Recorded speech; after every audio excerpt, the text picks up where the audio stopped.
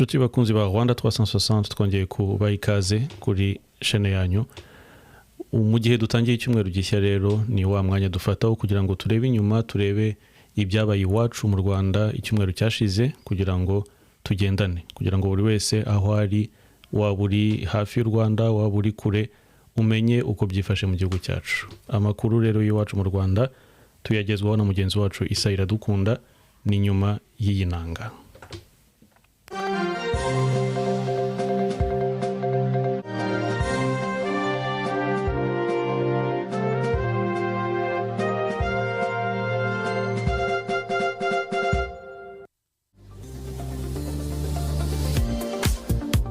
Urakoze cyane Iva, reka amakuru yacu tuyahereye ku nkuru zigaruka ku Rwanda. Perezida Paul Kagame na Madame Jeannette Kagame kuwa kabiri Kamena bitabiriye umuhango wo gutaha urwibutso rwa Jenoside yakorewe Abatutsi rwubatswe i Paris mu Bufaransa. Muri uwo muhango habereye ibiganiro bitandukanye. Ku ruhande rumwe bishimira Perezida Emmanuel Macron ku muhate yagize wo kwemera uruhare rw'Ubufaransa bwageze muri Jenoside yakorewe Abatutsi mu 1994 igahitana abarenga miliyoni. Ku rundi ruhande Perezida Macron yashimiye ubuyobozi bwa Perezida Kagame wazahuye u Rwanda arukuye mu icuraburindi rya Jenoside, avuga ko Ubufaransa buzakomeza gufatanya n'u Rwanda muri urwo rugendo rw'iterambere. Mu yandi makuru, u Rwanda na Pakistan byasinyanye amasezerano yitezweho gushimangira imikoranire mu bijyanye no kugenzura ikoreshwa ry'ingufu za nucleaire no guteza imbere ubumenyi n'ubushobozi bw'abakozi, ndetse no gusangira ubunararibonye n'amakuru. Aya masezerano yasinywe binyuze mu buyobozi bw'urwego ngenzuramikorere mu Rwanda RURA buhagarariwe na Claude Nkusi ndetse na Zahi Hussein Shah, umuyobozi mukuru w'ikigo gishinzwe kugenzura ingufu za nucleaire muri Pakistan. Uyu muhango wabereye muri Pakistan witabiriwe na ambasaderi w'u Rwanda muri icyo gihugu Fatu Harerimana, wari uhagarariye ishyirwa umukono ry'aya masezerano agamije guteza imbere ubufatanye hagati y'impande zombi. Intumwa z'u Rwanda kandi zanasuye laboratoire n'ibindi bigo bya PNRA ndetse n'ikigo gishinzwe ingufu za nucleaire muri Pakistan kizwi nka PAEC, ni mu rwego rwo kuhakura ubumenyi no kureba ko imirimo ikorwa mu buryo bw'umutekano ndetse bugezweho. Abayobozi b'impande zombi bagaragaje ko ubufatanye buzagira uruhare rukomeye cyane mu guteza imbere ikoreshwa ry'ingufu za nucleaire mu buryo butekanye kandi burinzwe. Ikindi nuko bugamije amahoro mu rwego rwo gushyigikira iterambere rirambye ry'ibihugu byombi, by'umwihariko u Rwanda. U Rwanda rufite gahunda yo kuba rwaratangiye gukoresha ingufu za nucleaire bitarenze mu mwaka wa 2030. Igihugu kirimo rero gukora inyigo zose zishoboka z'imishinga yo kubaka inganda no zitunganya izi ngufu za nucleaire zizajya zikoreshwa n'ikoranabuhanga rigezweho kandi ritekanye. Ni muri urwo rwego u Rwanda rukomeje gushyira imbaraga mu bufatanye n'ibindi bihugu mu guteza imbere ikoranabuhanga n'ingufu zigezweho, aho ubufatanye nk'ubu bufatwa nk'intambwe ikomeye mu kubaka ubushobozi ku bijyanye n'ingufu za nucleaire. Nyuma y'izamuka rya mazutu, ibiciro by'ingendo ntibihinduka. Minisiteri y'ibikorwa remezo yatangaje ko izamuka ry'ibiciro bya mazutu ritazagira ingaruka ku biciro bisanzwe by'ingendo zitwara abantu n'ibintu, kuko leta yashyizemo nkunganire. Ku mugoroba wo ku itariki 5 Kamena uyu mwaka nibwo urwego ngenzuramikorere RURA rwatangaje ibiciro bishya by'ibikomoka kuri peteroli.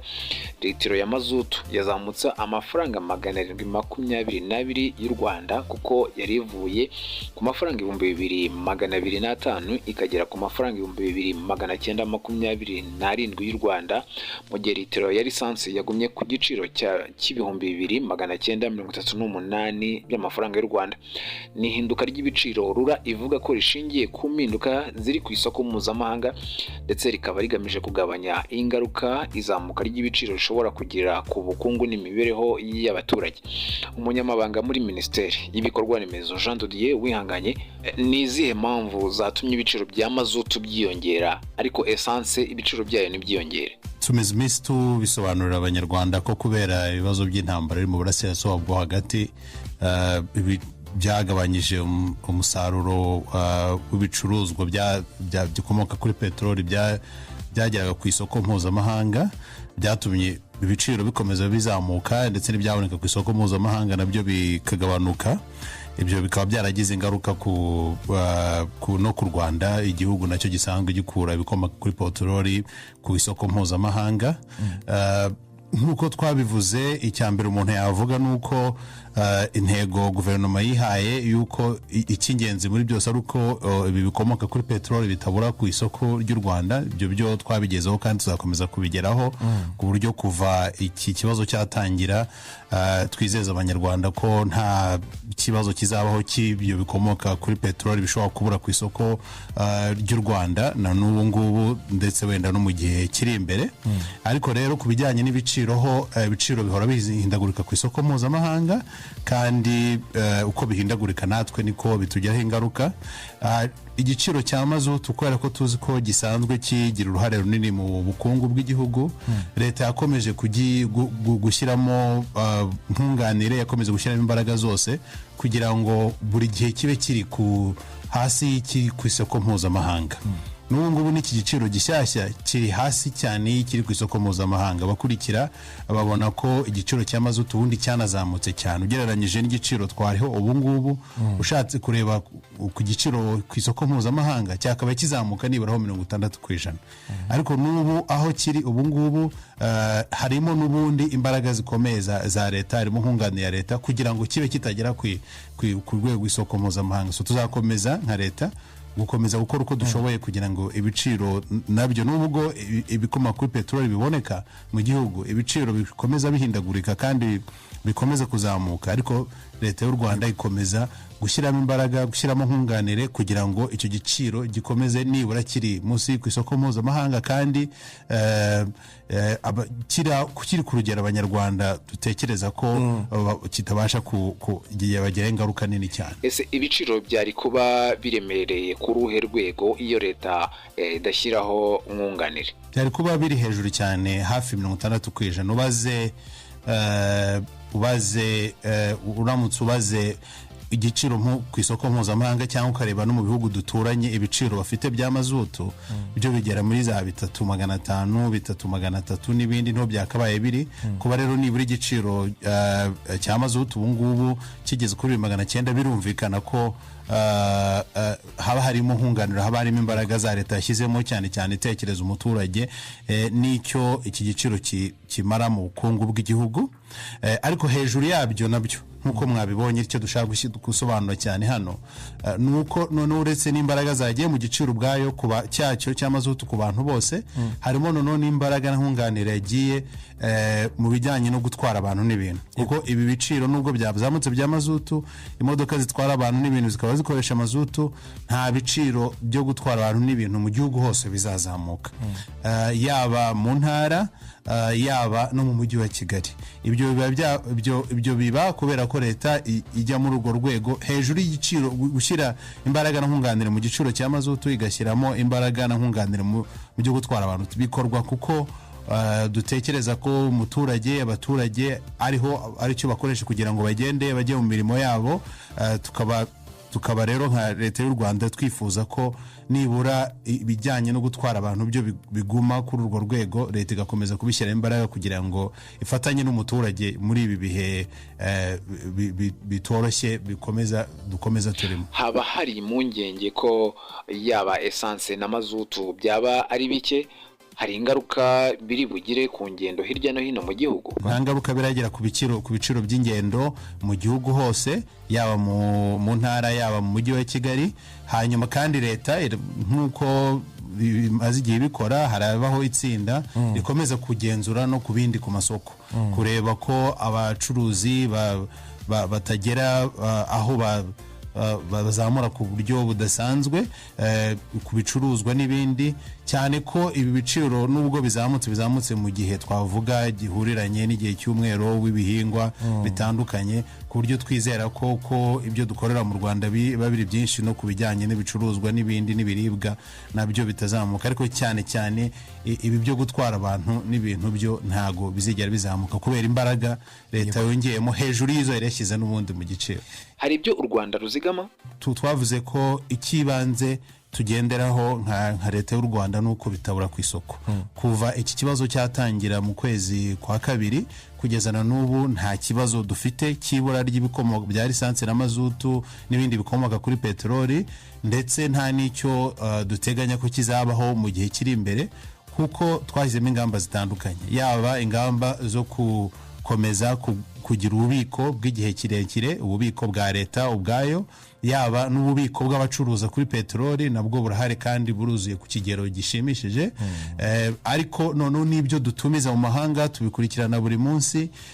Twanashyizemo n'imbaraga ku buryo tugenda tugira n'amasezerano nka leta n'ibihugu ndetse n'abandi bacuruza ku rwego mpuzamahanga, kuko ikibanza kuri byo nuko bitazigera bibura ku isoko. Muri izo ni ingamba zirimo dukora ubu ngubu kugira ngo bitabura ku isoko, yaba ubu no mu mezi ari imbere. Icyo cyo turakizeza abanyarwanda, tuzakomeza, ariko hejuru yabyo tukareba no kubona ibiciro nabyo bitagendera ku byo isoko mpuzamahanga riri, kuko byo biri hejuru cyane. Minisita, hari umusaruro waba waragaragaye muri iyi gahunda yo gutwara abantu mu buryo bwa rusange, by'umwihariko muri ibi bihe hari ibura ry'ibitoro ku isi hose muri rusange? Nuhe musaruro by'umwihariko nk'u Rwanda? Hari umusaruro wabaye mwiza, cyane cyane nko mu mujyi wa Kigali hashyizweho izo ngamba nshya zo gutwara abantu mu buryo bwa rusange, ari ukorohereza abantu kugenda mu modoka za rusange, akaba arizo zihuta kurushaho. Mu gihe tumaze kubona abantu bamaze kwiyongera nibura mu gutwara abantu mu buryo bwa rusange ragera mu 30, hagati ya 30 n'ibihumbi 40 nibura ku munsi, ku buryo tugeze aho za bisi mu mujyi wa Kigali zitwara abantu bagera mu 250 ku munsi, baze mu mezi yashize bavuye hafi ku 180. Ni izamuka riri hejuru iri hagati ya 30 na 40 ku ijana, rigaragaza ko abantu babyitabiriye kurusha. Kabiri, uko bitabira kugenda mu buryo bwa rusange, tugenda tubona igabanuka ry'ikoreshwa cyane cyane rya lisansi, ku buryo ubundi mu gihugu twabaga tukoresha lisansi iri hagati y'ibihumbi 900 byenda kwegera gatoya miliyoni ku munsi, ariko ubu tusigaye twaramanutseho munsi gatoya hafi ibihumbi 100-200. Cyane cyane dutekereza ko ibyo byatewe n'uko abantu bahinduye uburyo bwo kugenda, bitabiriye kugenda muri za bisi, abafite imodoka wenda kuko twanabashyizeho nabo baziparika bakajya muri za bisi, ku buryo urugendo rudakoresha imodoka gusa, cyangwa se n'abagenda mu bundi buryo bakagenda muri bisi, kuko tuzi neza ko noneho niyo bagiye muri bisi zihuta, zibagezeho ku gihe kandi zimeze neza. Ari nayo mpamvu nongera kwitsa ko leta ivuga ko noneho kubera ko abantu bose bari kugenda mu buryo bwa rusange, ibiciro by'ingendo twongera gukomeza gushyiramo imbaraga kugira ngo ube kugenda mu ngendo za rusange byihute, bibe bimeze neza, ariko bibe binahendutse, ku buryo abanyarwanda nibagana gutwara abantu muri rusange aribyo bikora. Twizera ko abanyarwanda bakomeza kubyitabira. Aho twabitangiriye mu mujyi wa Kigali, urugero dukora ziriya nzira zigenewe bisi, ni igice kimwe cy'umujyi. Mu minsi mikeya tuzongera tujye no mu bindi bice by'umujyi kugira ngo iyo serivisi igende igera ku baturage bose muri rusange. Dusoza, n'ubuhe butumwa mwaha abadukurikiye? Ibyo ari byo byose bihe byo bidasanzwe birakomeza. Icy'ingenzi gikomeye nuko turabashimira mbere na mbere yuko icyo twari tumaze igihe tubakangurira cyo gukora ingendo ziri ngombwa, cyo gukoresha neza bikomoka kuri peteroli n'ibindi bintu, tugenda tukibona mu mibare. Dusaba ko bikomeza, tukomeza kandi kuvuga ko muri ibi bihe twese tuzi ko nk'abanyarwanda tuzacamo nk'uko dusanga duca mu bindi, tuzakomeza gufatanya nabo. Nubwo ibiciro byo bizakomeza bizamuka, bikomeza bihindagurika ku isoko mpuzamahanga, leta izakomeza kwita ku muturage no gufata nayo bishoboka, ariko bizaba byiza dukomeje gufatanya nabo, cyane cyane mu bijyanye no kwita ku byo umuntu akoresha, agakoresha ibiri ngombwa, agakoresha ibya rusange, aho abantu bashobora guhura ku buryo bwa rusange. Ndavuga cyane cyane nko mu gutwara abantu n'ibindi, ariko no mu byo ukoresha ugatekereza gukoresha ibijyanye n'ibiri ngombwa nicyo twavuga. Twongera kwibutsa ko tubizeza abanyarwanda ko tuzakomeza kureba ko ibikomoka kuri peteroli bitabura, kandi iyo ni umugambi kandi ukomeye, ariko no ku biciro tukomeza kubitekerezaho ku buryo dufatanya n'umuturage ikibazo kibigenda bihindaguruka ku isoko, tukagifatanya n'abaturage nabo bakabifatanya. Ingamba ya kabiri y'ingenzi ni uko ibi byose kubera ko mazutu igira ingaruka no ku bukungu no mu bindi, ingaruka zigabanuka ari uko twebwe ibyo dukora mu gihugu tukabikora cyane, tukongera umusaruro. Ni ugusaba abanyarwanda ko igihe nk'iki agisaba ko buri muntu ku giti cye yongera umusaruro y'ibyo akora mu gihugu, mu buhinzi, mu bucuruzi, mu kazi ako ariko kose, uko twongera umusaruro cyane cyane bw'ibyo dukorera mu gihugu, ni nako n'ingaruka zikomoka ku izamuka ry'ibiciro nk'ibi ngibi bikomoka kuri peteroli nka za mazutu zitaba nini. Ibyo rero nabyo ni ugukomeza kubyongera muri iki gihe, kongera umusaruro bizafasha, bizajya muri iyo nzira yabo gufatanya na leta muri iki gihe twavuga kidasanzwe, dukomeza kurebera hamwe. U Rwanda rwabonye ubushobozi bwo kureba mu kirere kure hashoboka. Minisitiri w'ibidukikije Dr Bernadette Arakwiye yatangije ku mugaragaro sitasiyo ya mbere y'u Rwanda ikora igenzura ry'ikirere cyo hejuru cyane izwi nka Automatic Upper Air Station iherereye mu karere ka Huye. Iyi sitasiyo yatangijwe kuri uyu wa 4 Kamena, ikabije mu rwego rwo kongerera igihugu ubushobozi bwo guhangana n'ingaruka z'imihindagurikire y'ibihe binyuze mu kunoza n'ikusanya n'itunganywa ry'amakuru y'iteganyagihe.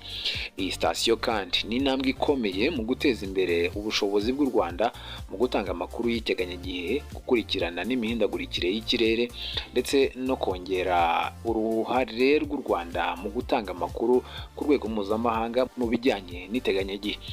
Iki gikorwa remezo kizafasha mu kunoza ireme ry'amakuru y'iteganyagihe, bityo bigire uruhare mu kurushaho gufasha inzego zitandukanye zirimo izita ku buhinzi, ubwikorezi n'imicungire y'ibiza gufata ibyemezo bishingiye ku makuru yizewe kandi ku gihe. U Rwanda rukomeje gushora imari mu ikoranabuhanga rigezweho mu rwego rwo gukumira no guhangana n'ingaruka z'imihindagurikire y'ikirere ndetse no gutanga umusanzu mu bufatanye mpuzamahanga mu gusangira amakuru y'iteganyagihe. Ku mugoroba wo kuri uyu wa 4 u Rwanda rwifatanyije na Leta Zunze Ubumwe za Amerika mu muhango wo kwizihiza isabukuru y'imyaka 250 icyo gihugu cy'igihangange ku isi kimaze kibonye ubwigenge. N'umuhango wabereye muri ambasade ya Amerika i Kigali, witabirwa na Minisitiri w'Ububanyi n'Amahanga n'Ubutwererane Ambasaderi Olivier Nduhungire. Minisitiri Nduhungire yashimye ubufatanye bumaze igihe kirekire hagati y'ibihugu byombi, agaragaza ko bishimangira ko ahazaza ari heza. Yagize ati mu gihe tureba ahazaza biragaragara ko ibyiza kurushaho by'umubano hagati y'u Rwanda na Leta Zunze Ubumwe za Amerika bikiri kwandikwa. Amahirwe dufite imbere ni menshi, kandi dufatanyije dushobora gukomeza kubaka ubufatanye buzana inyungu zirambye ku bihugu byacu byombi no ku baturage babyo. Leta Zunze Ubumwe za Amerika zakoronijwe n'Ubwongereza guhera mu mwaka wa 1607 ubwo hashyirwagaho ubukoloni bwa mbere bw'igihe kirekire bwitwa Jamestown muri Virginia. U Rwanda na Leta Zunze Ubumwe za Amerika bisanzwe bifitanye umubano wa diplomasi, ubukungu, umutekano, ubuzima, uburezi n'iterambere umaze imyaka myinshi kandi ugenda uhinduka bitewe n'inyungu z'impande zombi. Amerika ifite ambasade i Kigali, naho u Rwanda rukagira indi ambasade i Washington. Ibihugu byombi bikunze kugirana ibiganiro by'abayobozi, gukorana ku bibazo by'umutekano n'akarere no gufatanya mu bikorwa by'iterambere. Mu bukungu n'ishoramari, Amerika n'umwe mu bafatanyabikorwa b'u Rwanda mu bijyanye n'ubucuruzi n'ishoramari, aho usanga gahunda nka AGOA, African Growth and Opportunity Act, igamije gufasha ibihugu bya Afurika birimo u Rwanda kohereza ibicuruzwa muri Amerika bitishyuye imisoro imwe n'imwe. Amerika kandi ifasha mu bijyanye n'ikoranabuhanga, ubucuruzi, ubuhinzi n'indi mishinga y'abikorera. Mu bijyanye n'ubuzima, Amerika yabaye umwe mu baterankunga bakomeye mu rwego rw'ubuzima mu Rwanda binyuze muri gahunda yayo yo kurwanya sida izwi nka PEPFAR. USAID yafashije mu kurwanya sida, malaria, indwara z'ibyorezo, guteza imbere amavuriro n'ubuvuzi. mu burezi. Amerika ifasha mu gutanga buruse, amahugurwa no kongerera ubushobozi urubyiruko rw'Abanyarwanda. Ubu Abanyarwanda benshi biga cyangwa bahabwa amahugurwa muri Amerika. Mu bijyanye n'umutekano n'amahoro, ibihugu byombi bifatanya mu bikorwa byo kubungabunga amahoro. Amerika kandi yashimye uruhare rw'u Rwanda mu butumwa bwa Loni bwo kubungabunga amahoro n'umutekano mu karere. Mu makuru y'imikino, kuri uyu wa gatatu ekipe ya APR FC yashimiye abakinnyi batatu barimo Mamadou bari bamaze imyaka 2 bayikinira bakaba batazongera amasezerano. Ibi APR FC yabikoze ibinyujije ku mbuga nkoranyambaga zayo, aho yashimiye rutahizamu ukomoka muri Mauritania Mamadou Lamine Ba ukina hagati mu kibuga asatira, uyu akomoka muri Mali, ndetse na myugariro Ali Soane ukomoka muri Senegal. Bose bayigezemo mu mpeshyi z'umwaka wa 2024. Aba bakinnyi bose bavuye muri APR FC bayifashije gutwara ibikombe birimo 2 bya shampiyona ya 2024, 2025 ndetse na 2025, 2026, ibikombe 2 by'amahoro, icya 2025, 2026 ndetse na Super Cup ya 2025. Uretse ko hari abari mu nzira zisohoka, hari abazaguma muri ikipe ndetse n'abashya bazinjira.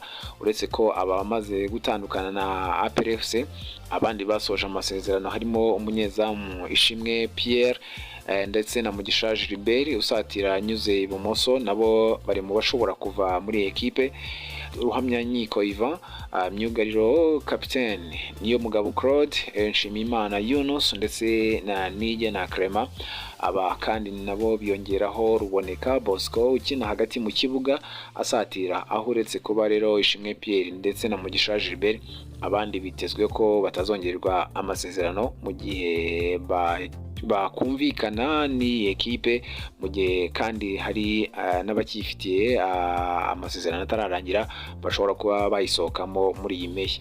Uretse ko basohoka cyangwa se bakongerwa amasezerano, ekipe ya APR FC yo yamaze kwinjira ku isoko ry'abakinnyi bashya, aho bivuga ko yamaze kumvikana n'umunyezamu w'umunyamozambique Hernan Sirwan, nk'uko byatangajwe n'ikinyamakuru cy'iwabo cyavuze ko yamaze gusezerera bagenzi be bakinanaga muri ekipe ya Black Bulls. Sirwan rero w'imyaka 27 bivuga ko azagurwa agera ku bihumbi 40 by'amadolari y'Amerika, agasinyira APR FC imyaka igera kuri 2. APR FC rero izasohokera u Rwanda mu mikino ya CAF Champions League, aho muri mwaka 2026-2027 nyuma yo gutwara igikombe cya shampiyona ya 2025-2026. Mu gihe kandi igomba kwitabira kandi andi marushanwa arimo Sekafa Kagame Cup izabera mu Rwanda kuva tariki 18 Nyakanga kugeza ku itariki ya 9 Kanama uyu mwaka wa 2026. Reka tubashimire abadukurikira umunsi ku munsi, kandi ibitekerezo byanyu ni ingenzi. Niba mutwumva mwasubirana ijambo muri studio ya 2. Murakoze. Urakoze cyane Isa, urakoze ku musanzu wawe kuri aya makuru tugejejeho y'ibyabaye iwacu mu Rwanda mu cyumweru cyashize. Bwanakomoje ko byabereye muri iki gihugu cy'u Bufaransa, aho kwa kabiri w'icyumweru gishize muri Bufaransa habaye kugaragaza cyangwa se icyo twakwita inauguration y'urwibutso rwa Jenoside yakorewe Abatutsi mu mujyi wa Paris. Akaba ari ibintu tuzagarukaho mu kindi kiganiro mu rurimi rw'igifaransa, kugira ngo turebe hamwe n'aba bigizemo uruhare mu kubona aho hantu ho kwibukira. Tuzabigarukaho mu rurimi rw'igifaransa kuri Rwanda 360. Turabasaba rero kugira ngo abatariyandikisha ibyo bita s'abonner cyangwa se subscribe mubikore, kugira ngo tujye tubana mu biganiro byose tuzajya tubagezaho, n'ibyo ngibyo biri imbere nabyo ntimuzacikwe. Umugoroba mwiza rero n'icyumweru cyiza.